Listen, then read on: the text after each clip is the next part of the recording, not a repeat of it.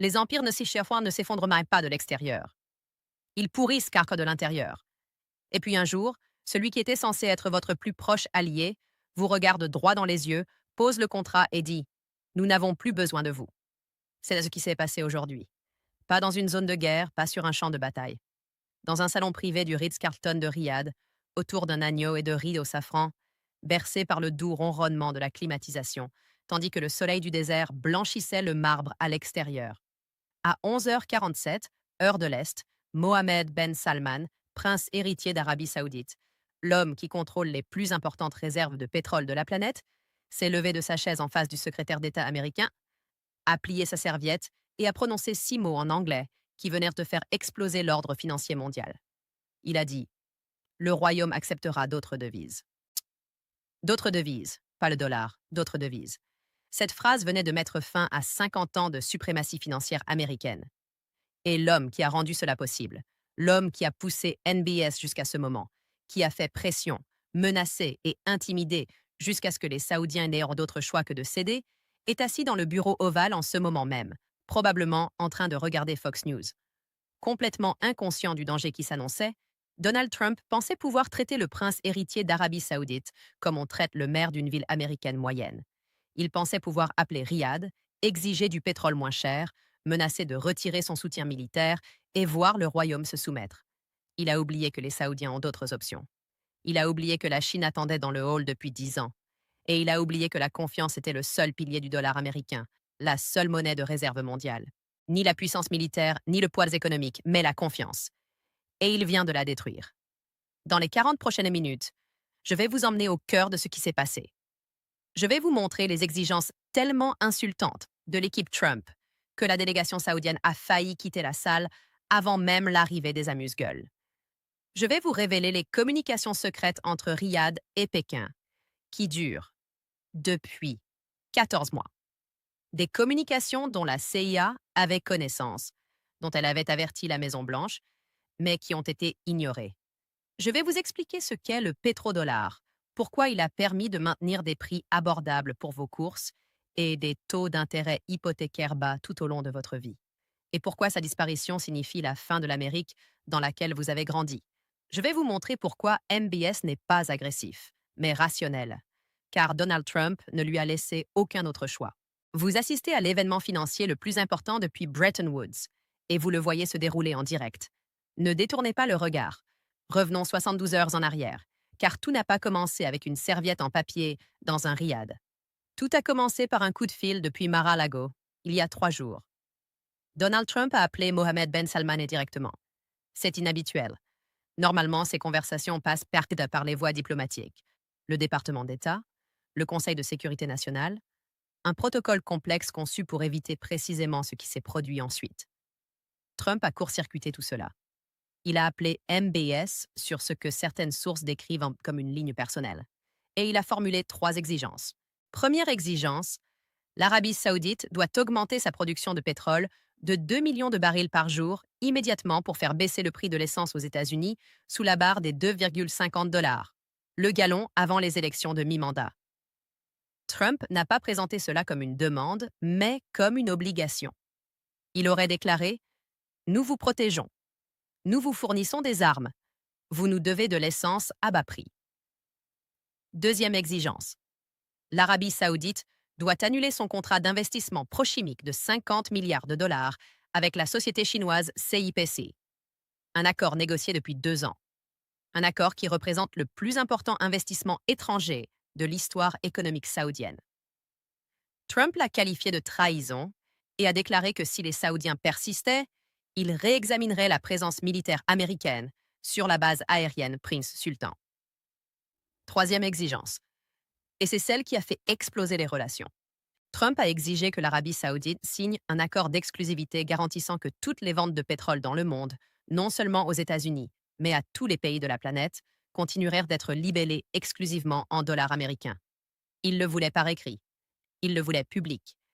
Il voulait que la Banque nationale d'Arabie saoudite, NBS, déclare publiquement que le royaume n'accepterait jamais le yuan, l'euro ou toute autre devise pour le pétrole.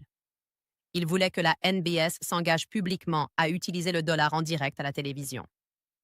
Des sources au sein de la Cour royale saoudienne affirment que la NBS a écouté les trois exigences en silence. Il n'a pas interrompu. Il n'a pas protesté. Lorsque Trump eut terminé, MBS dit: Merci, Monsieur le Président. Je vais en discuter avec mes conseillers.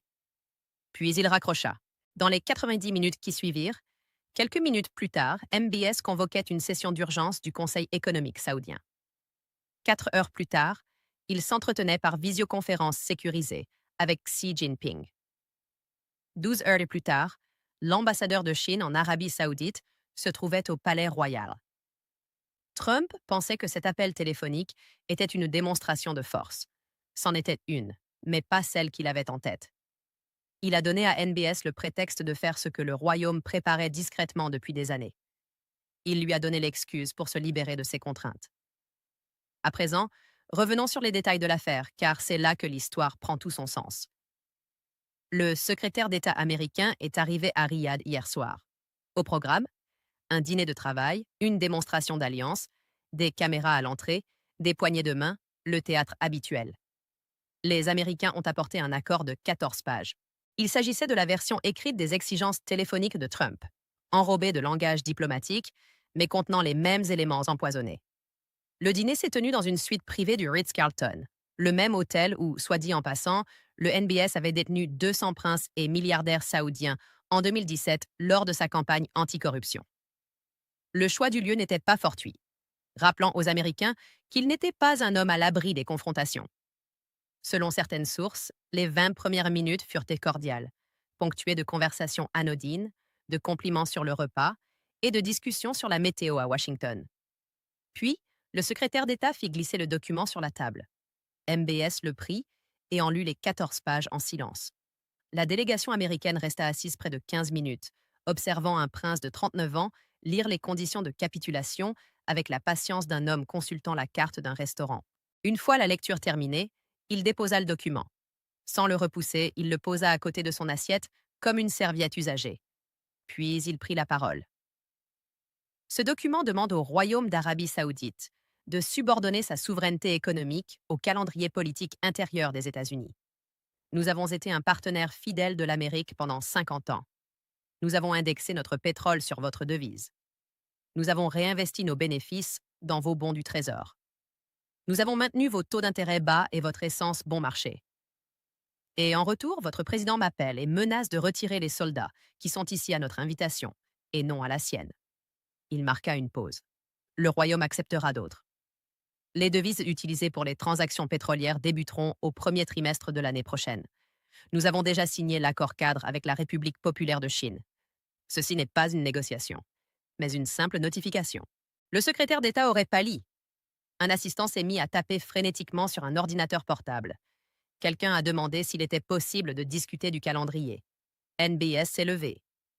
Le calendrier n'est pas à votre disposition. Lorsque votre président sera prêt à nous parler en partenaire et non en locataire, nous serons disponibles. D'ici là, ce dîner est terminé. Il est sorti, suivi de son service de sécurité. Les Américains sont restés assis à une table dressée pour 12, fixant un document de 14 pages qui ne valait plus rien. C'était il y a 4 heures, et le monde a basculé depuis. Maintenant, je dois vous expliquer quelque chose, car si vous ne comprenez pas le pétrodollar, vous ne comprendrez pas pourquoi il s'agit de la chose la plus dangereuse qui soit arrivée à l'économie américaine de votre vivant. En 1974, après que la crise pétrolière eut presque anéanti l'économie occidentale, les États-Unis conclurent un accord avec l'Arabie saoudite. C'était simple. Les États-Unis fourniraient une protection militaire au royaume saoudien. En échange, l'Arabie saoudite fixerait le prix de toutes ses ventes de pétrole en dollars américains et investirait ses excédents de profit dans des bons du Trésor américain. C'est le système du pétrodollar, le moteur invisible qui a alimenté la prospérité américaine pendant 50 ans. Voici comment cela fonctionne et pourquoi c'est important pour vous. Parce que tous les pays du monde ont besoin de pétrole. Et comme le pétrole était vendu uniquement en dollars, tous les pays du monde devaient détenir d'importantes réserves de dollars américains. Le Japon a besoin de dollars. L'Allemagne a besoin de dollars.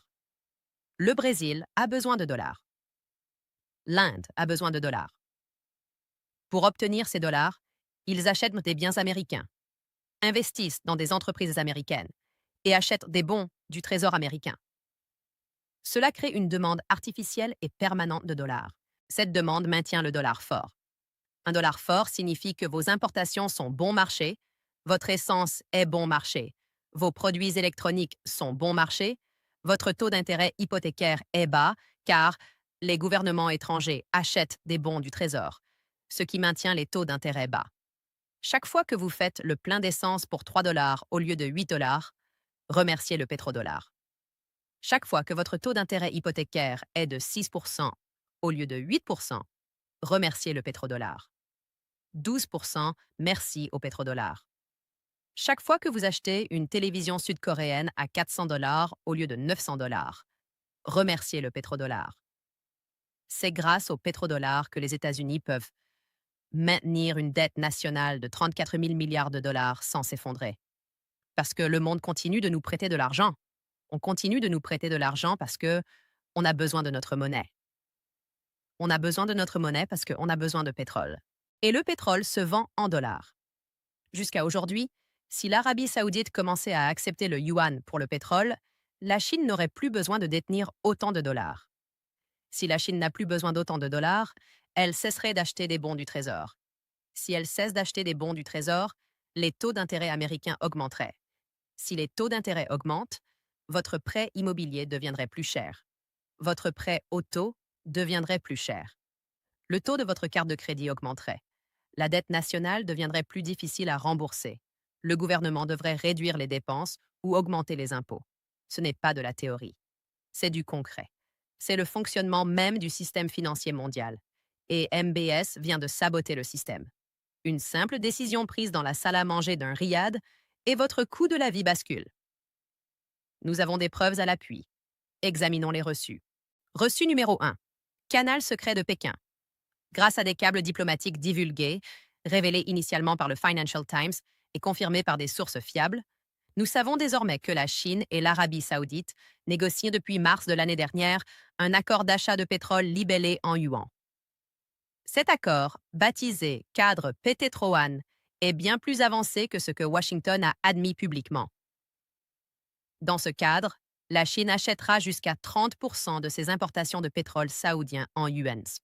Les transactions seront réglées par l'intermédiaire de la Bourse du pétrole et du gaz naturel de Shanghai, court-circuitant ainsi le New York Mercantile Exchange.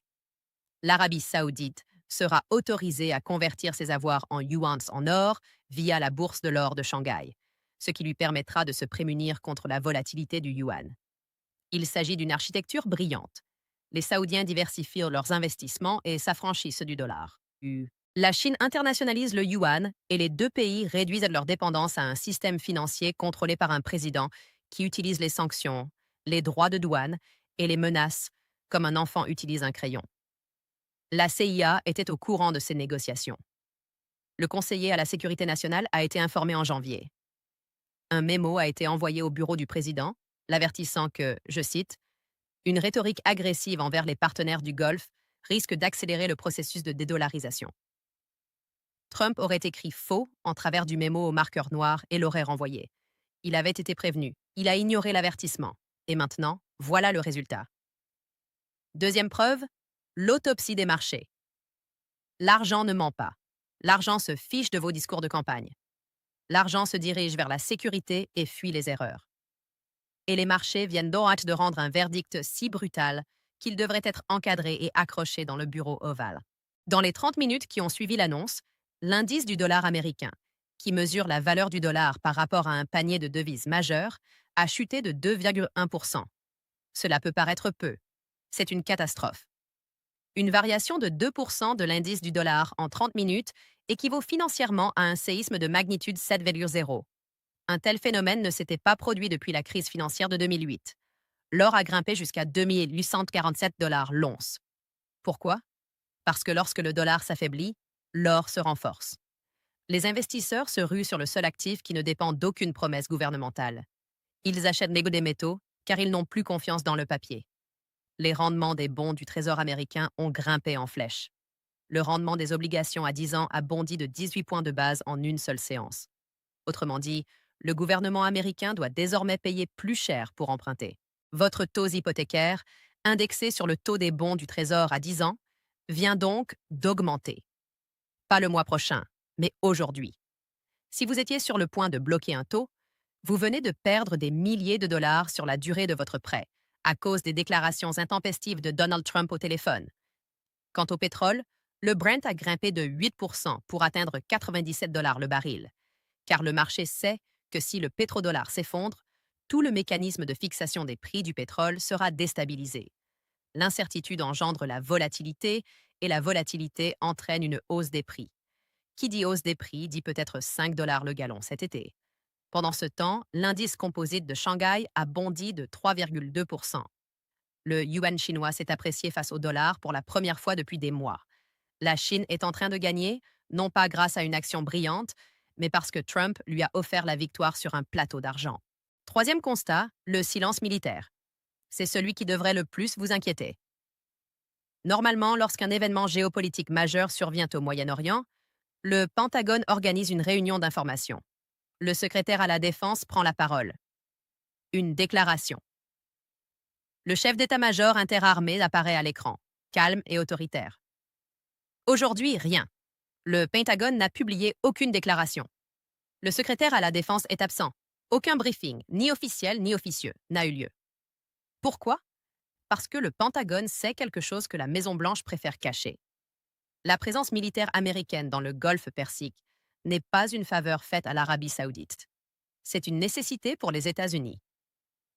La 5e flotte est basée à Bahreïn.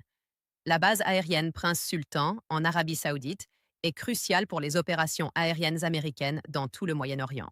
La chaîne logistique qui approvisionne les forces américaines en Irak, en Syrie et dans la Corne de l'Afrique transite par les ports saoudiens. Si MBS décide que l'armée américaine n'est plus la bienvenue, les États-Unis ne perdent pas seulement une base. Ils perdent leur capacité à projeter leur puissance dans la région la plus stratégique de la planète. Et les généraux savent que l'appel téléphonique de Trump a rendu ce scénario envisageable pour la première fois en 50 ans. Le silence du Pentagone n'est pas synonyme de calme.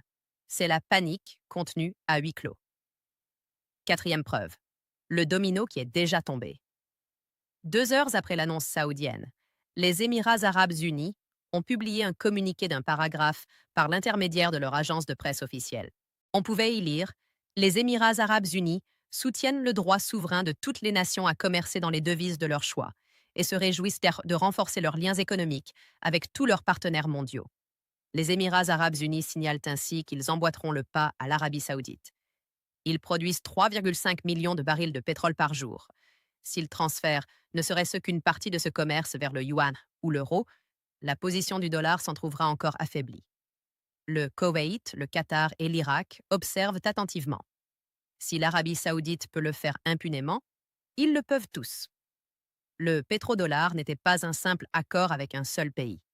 C'était un système fondé sur la conviction que l'Amérique était trop puissante pour être défiée.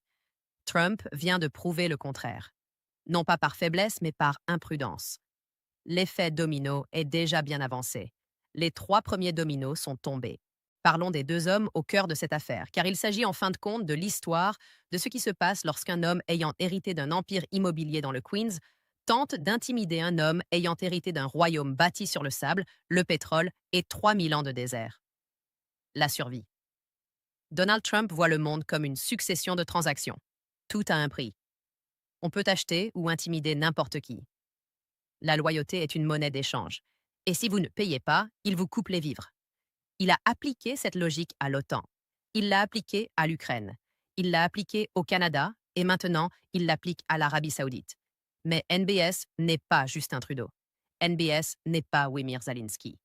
NBS est un homme qui a consolidé son pouvoir en séquestrant 200 membres de sa famille dans un hôtel et en leur extorquant des centaines de milliards de dollars. C'est un homme qui aurait ordonné l'assassinat d'un journaliste dans un consulat. C'est un homme qui a déclenché une guerre au Yémen sans sourciller. On ne menace pas cet homme. On ne l'appelle pas pour lui réclamer de l'argent. On ne traite pas le gardien de la Mecque comme un pompiste. Trump a vu en NBS un État client. NBS a vu en Trump un empire déclinant dirigé par un homme qui ne lit même pas ses notes. Et voici la différence psychologique cruciale. Trump a besoin que l'accord ressemble à une victoire. Il a besoin de la séance photo. Il a besoin de se tenir à un podium et de dire je leur ai obtenu le meilleur accord, l'accord le plus avantageux. NBS n'a besoin de rien de tout cela. NBS n'a de compte à rendre à aucun électeur. Il n'a pas d'élection de mi-mandat à organiser. Il n'a pas de code de popularité à maintenir. Il peut prendre une décision qui engage 50 ans en 50 minutes, car il ne répond qu'à lui-même et à la survie à long terme du royaume. Trump joue pour le prochain cycle médiatique. NBS joue pour le siècle à venir.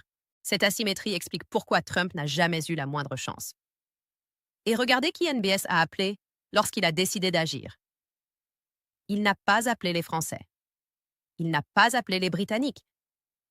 Il a appelé Xi Jinping, car elle ne fait pas la leçon à NBS sur les droits de l'homme. Elle ne menace pas de retirer son soutien militaire. Elle dit « De quoi avez-vous besoin? Nous allons le construire ». La Chine attendait cet appel depuis 15 ans.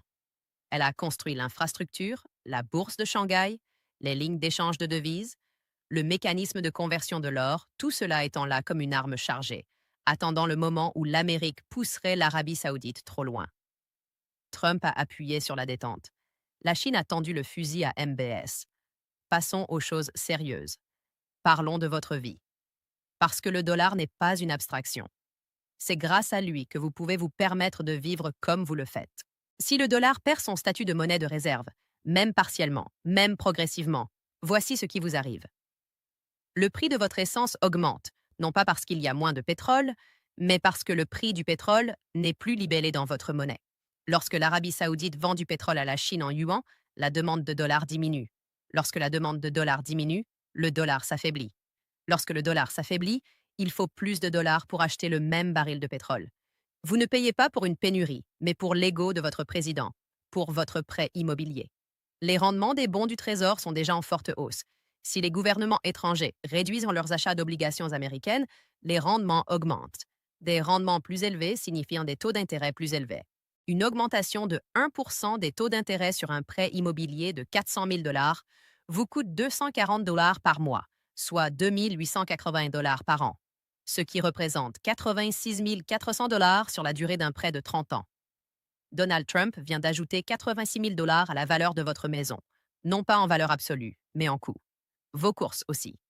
Un dollar plus faible signifie que tout ce que vous importez devient plus cher. Les États-Unis importent chaque année pour 3 800 milliards de dollars de marchandises. Votre café, vos bananes, votre huile d'olive, vos fruits de mer, les appareils électroniques de votre cuisine, tout cela est facturé en dollars qui valent désormais moins. L'inflation que vous pensiez être. Après un bref ralentissement, la situation se dégrade à nouveau. Et cette fois, la Réserve fédérale ne peut rien y faire en relevant les taux d'intérêt, car le problème ne vient pas de la demande intérieure. Le problème, c'est que le monde perd confiance en votre monnaie. Votre retraite, si vous avez un plan 401K, regardez-le demain matin. En fait, attendez. Pas encore. Laissez passer une journée, car la vente massive qui a commencé cet après-midi n'est que le début. Les investisseurs avisés se repositionnent. Ils achètent de l'or. Ils achètent des actifs libellés en won. Ils achètent des obligations européennes. Ils vendent leurs investissements américains. Non pas parce que l'Amérique n'a pas de valeur, mais parce que le dirigeant américain a rendu impossible l'évaluation du risque lié à la détention d'actifs américains. Voilà le prix du chaos. Voilà le prix d'un coup de fil où le président des États-Unis a dit à l'homme le plus puissant du Moyen-Orient « Vous me devez quelque chose ». NBS ne lui devait rien, et maintenant, c'est vous qui devez tout. Il y a un détail important à retenir d'aujourd'hui. Il est mineur, c'est presque imperceptible, mais cela indique précisément où va le monde. Après le départ de NBS du dîner, après que les Américains aient été escortés hors de la salle, au Ritz-Carlton, après le départ du convoi diplomatique, un photographe des médias d'État saoudiens a pris une photo diffusée par l'agence de presse saoudienne à 23h52, heure de Riyad. On y voit Mohammed Ben Salman assis dans son bureau privé. Sur le bureau devant lui, un téléphone. L'écran affiche une visioconférence. Le visage de son interlocuteur est partiellement visible, mais 3 analystes ont confirmé qu'il s'agissait de celui de Xi Jinping. Le prince héritier n'était pas en liesse. Il ne jubilait pas. Il était déjà à l'œuvre. Il préparait déjà le terrain pour la suite. Le dîner avec les États-Unis n'était même pas froid.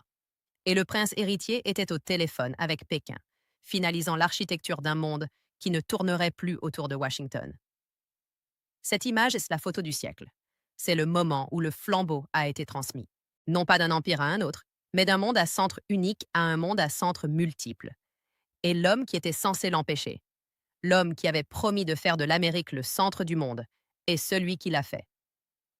Alors, qu'est-il l'avenir? Permettez-moi de vous présenter les différents scénarios, car je sais que vous êtes assis là, je me demandais, jusqu'où cela peut-il aller? La réponse est très loin. Pendant 50 ans, les États-Unis ont bénéficié du privilège économique le plus extraordinaire de l'histoire de l'humanité. Nous avons imprimé la monnaie avec laquelle le monde s'est procuré ses biens les plus essentiels. Ce privilège a financé notre armée, notre train de vie et l'illusion de pouvoir dépenser plus que nous ne gagnons, indéfiniment. Ce privilège reposait sur une seule chose, la confiance, non pas dans le dollar lui-même, mais dans ceux qui le géraient. La confiance que les États-Unis seraient un gestionnaire fiable, prévisible et rationnel du système financier mondial. Il ne l'a pas fait par malveillance, mais parce qu'il ne comprend pas ce qu'il gère. Il regarde l'Arabie saoudite et y voit un pays plus faible qui devrait obéir. Il ne voit pas l'architecture invisible qui sous-tend tout cela. Il ne voit pas le système de recyclage des pétrodollars. Il ne voit pas le marché des obligations du Trésor. Il ne voit pas le mécanisme des taux d'intérêt qui permet aux familles américaines de s'en sortir. Il voit un téléphone, un accord et une occasion de dominer.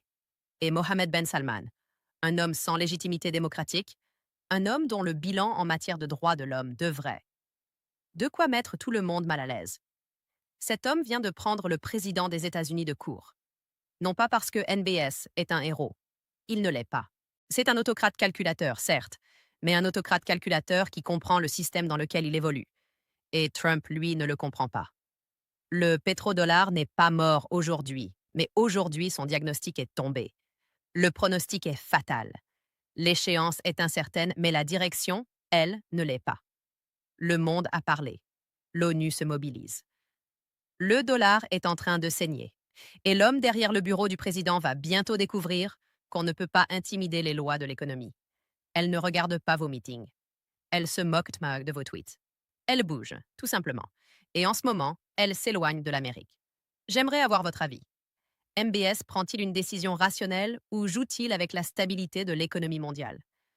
Trump ignore-t-il vraiment ce que signifie le pétrodollar ou s'en moque-t-il tout simplement? Et si vous êtes américain, quel effet cela fait-il de savoir que l'accord financier le plus important de l'histoire de votre pays vient d'être réduit à néant parce que votre président n'a pas pu résister à la tentation de décrocher le téléphone? Vous commencez à proférer des menaces? N'hésitez pas à les laisser en commentaire. Je lis chacun d'eux. Cette chaîne met en garde contre la dollarisation depuis des mois. Les grands médias financiers vont passer la journée de demain à débattre de la gravité de la situation. Elle est grave. Elle est, c'est même pire. Et nous serons là chaque jour pour analyser en détail chaque conséquence, chaque représaille, chaque effet domino. Abonnez-vous, activez les notifications, car demain, à l'ouverture des marchés, la panique sera bien réelle.